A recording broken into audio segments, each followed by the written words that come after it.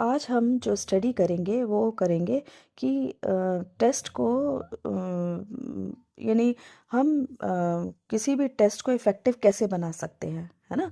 तो ऐसी क्या चीज़ें हम चेक करें, या जब टेस्ट आइटम तैयार कर रहे हो तो हम ऐसी किन चीज़ों को चुनें जो कि हमारा टेस्ट जो है वो इफ़ेक्टिव बने। तो या टेस्ट बनाने के बाद, कंस्ट्रक्ट करने के बाद हमें कौन कौन सी साइट्स उनकी देखनी चाहिए। तो सबसे पहले तो हम टेस्ट की डेफिनेशन का हमें पता होनी चाहिए।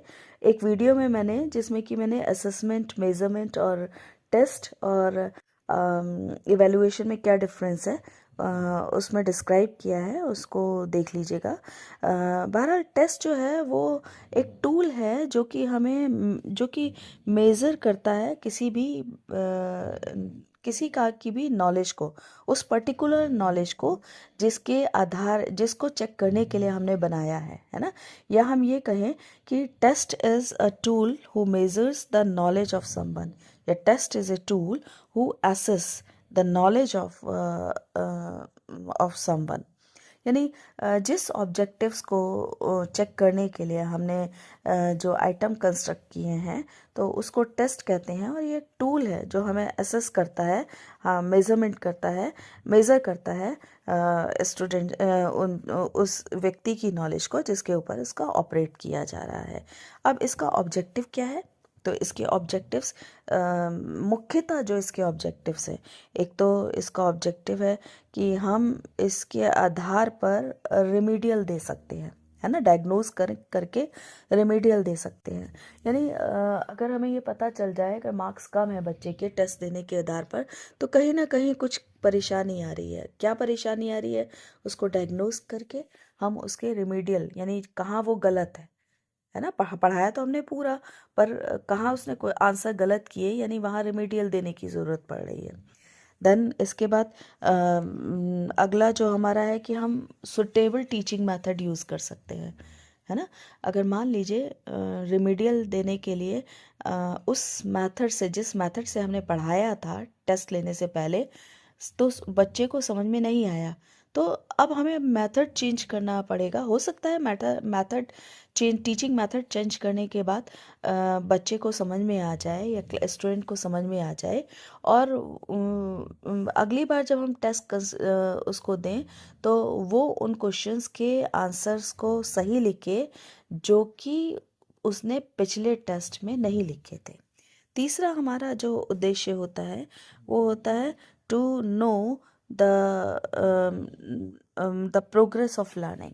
देखिए, जब भी हम कोई नॉलेज देते हैं तो बच्चे का जो बिहेवियर है वो टर्मिनल बिहेवियर चेंज होता है, यानी एक पोल से दूसरे पोल पे बच्चा जाता है। तो जब हम एक पोल से दूसरे पोल पे उसको चेंज करते हैं तो ये कितना चेंज हुआ, इसकी वजह से भी हम टेस्ट कंस्ट्रक्ट करते हैं। तो अगर हम एक इफ़ेक्टिव टेस्ट कंस्ट्रक्ट कर रहे हैं तो इससे हमें बच्चे की कितनी लर्निंग हुई है इसके बारे में पता चलता है, इसका प्रोग्रेस कितना हुआ है उसके बारे में पता चलता है, या उसका मैच्योरिटी लेवल पता चलता है कि कितनी लर्निंग उसकी मैच्योर हुई है या वो कितना समझा है। तरीके के जो आइटम हैं, जो क्वेश्चंस हैं, वो तैयार करें जिससे कि हमारा जो टेस्ट है वो बहुत अच्छी तरीके से इफ़ेक्टिव बने और बहुत अच्छा बने। अब एक टेस्ट अच्छा बने इसके लिए हम दो चीज़ें देखते हैं, एक तो उसकी टेक्निकल साइड देखते हैं और एक उसकी प्रैक्टिकल साइड देखते हैं। तो टेक्निकल साइड जब हम देखते हैं तो उसमें वैलिडिटी आती है, रिलायबिलिटी आती है, डिस्क्रिमिनेटिंग आती है, और साथ में नॉर्म्स आता है, और भी बहुत सारी चीज़ें हैं। बट ये मेजर ऐसे फैक्ट्स हैं जो कि हमें उसकी टेक्निकल साइड्स में जब हम टेस्ट कंस्ट्रक्ट कर रहे होते हैं तो देखने होते हैं। जब हम प्रैक्टिकल साइड की बात करते हैं तो प्रैक्टिकल साइड में हमें ये देखना है कि परपसिव होना चाहिए, कॉम्प्रहेंसिव होना चाहिए, इकोनॉमिकली अच्छा होना चाहिए, और बैलेंस्ड होना चाहिए। इसके बाद सिंप्लिसिटी उसमें होनी चाहिए, ऑब्जेक्टिविटी होनी चाहिए, और वो प्रैक्टिकली एक मतलब उन ऑब्जेक्टिव्स को पूरा करता हुआ होना चाहिए, एक प्रैक्टिकेबल होना चाहिए। पहले बात करें वैलिडिटी की। जब कोई भी टेस्ट वैलिड होता है तो उस टेस्ट की इफ़ेक्टिवनेस बढ़ जाती है। वैलिडिटी से क्या मतलब है और कितने तरीके की होती है, ये इसका मैं एक पूरा वीडियो बना चुकी हूँ, आप उसमें देख सकते हैं।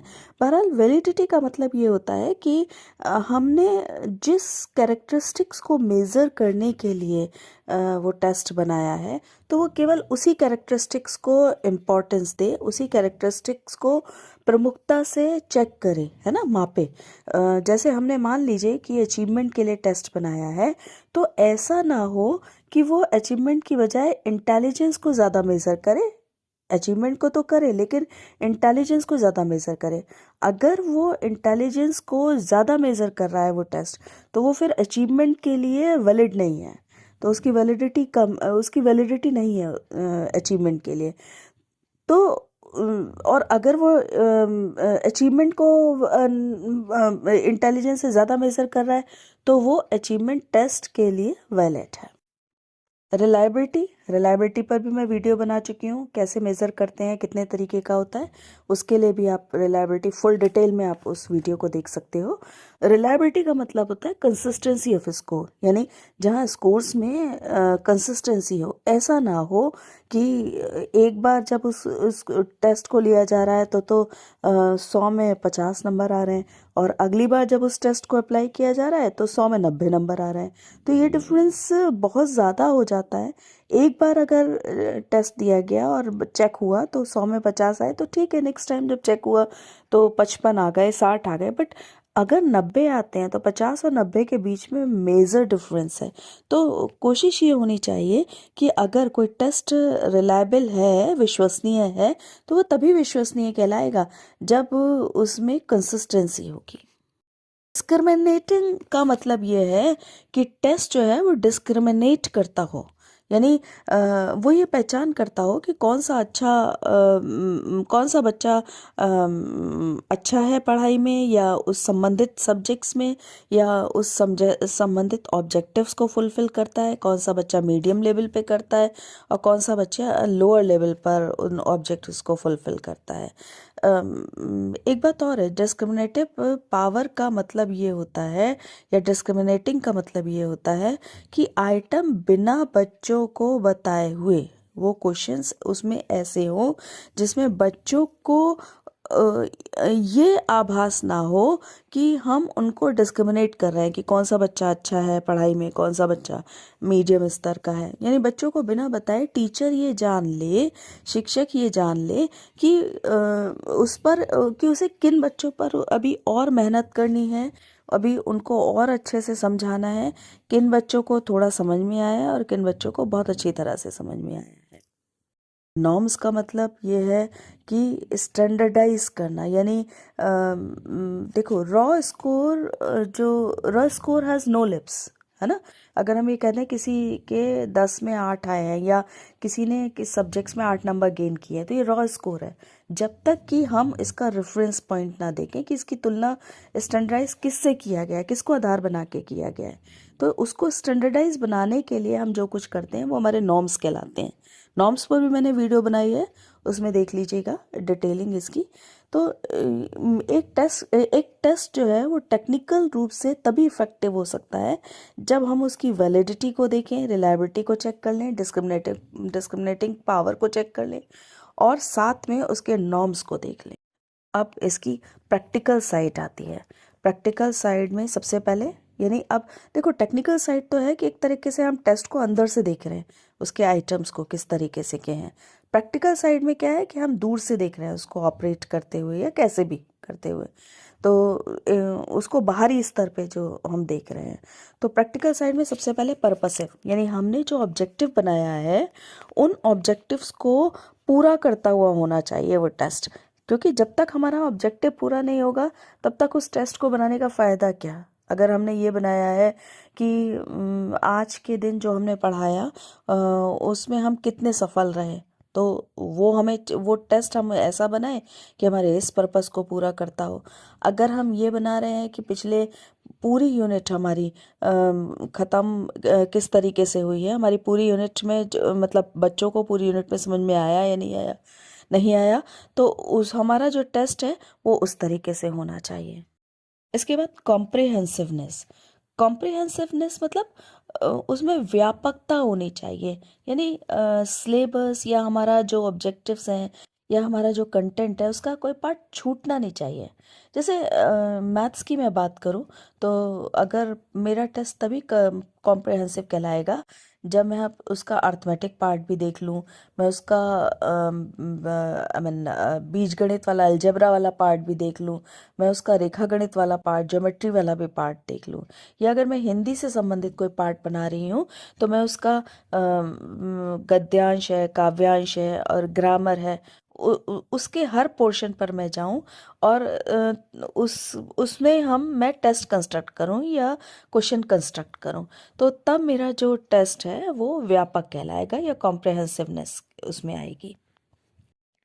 एक टेस्ट इकोनॉमिकली तभी सफल होता है जब उसमें हम यानी उसमें जब उसमें ज़्यादा इकोनॉमिकली हम उसमें इन्वॉल्व ना हो, कम से कम इकोनॉमिकली पार्ट से हम अपना उद्देश्य पूर्ण कर लें, तो वो हमारा टेस्ट बहुत अच्छा टेस्ट कहलाता है।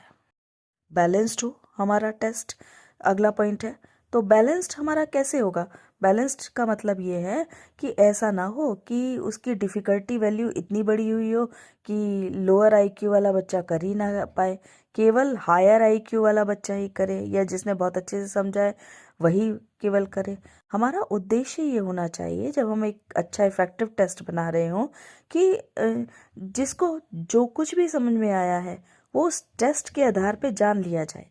जैसे किसी को अगर कम समझ में आया है तो वो अभी उस पर कितनी मेहनत करनी है ये पता चल जाए, बहुत अच्छा बीच थोड़ा थोड़ा समझ में आया है ये पता चलना चाहिए, यानी बैलेंस्ड होना चाहिए कि अब किस बच्चे पर या कक्षा में किस बच्चे पर कितनी मेहनत करनी है ये पता चल जाए, है ना। उसका कहीं ना कहीं उसका उसका यूज़ होना चाहिए, यानी उसको देने के बाद उस टेस्ट को अप्लाई करने के बाद हमें ये पता होना चाहिए कि इसके बाद हमें अब अगला स्टेप क्या लेना है। अगर लोअर आईक्यू वाला बच्चा अगर हमें इससे मिलता है, आई मीन जिसको कम समझ में आया है वो बच्चा अगर हमें मिलते हैं तो कितने परसेंट है और उन पर किस तरीके से करना है ना, किस तरह मेहनत करनी है, यानी आगे का रास्ता दिखाता हुआ टेस्ट होना चाहिए, तभी वो हमारा इफेक्टिव कहलाएगा।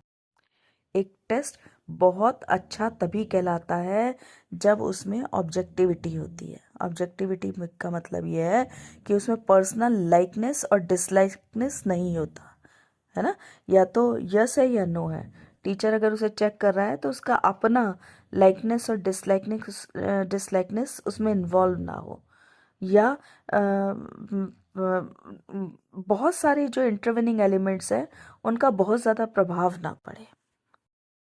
और लास्ट है हमारा सिंप्लिसिटी होनी चाहिए, यानी जो जार्गन जो वर्ड्स होते हैं जार्गन यूज़ ना हो। जार्गन का मतलब ये होता है कि जो टेक्निकल वर्ड्स हैं वो बहुत ज़्यादा यूज़ ना हो। टेक्निकल वर्ड्स अगर बहुत ज़्यादा यूज़ होंगे तो वो सिंप्लिसिटी नहीं रहती,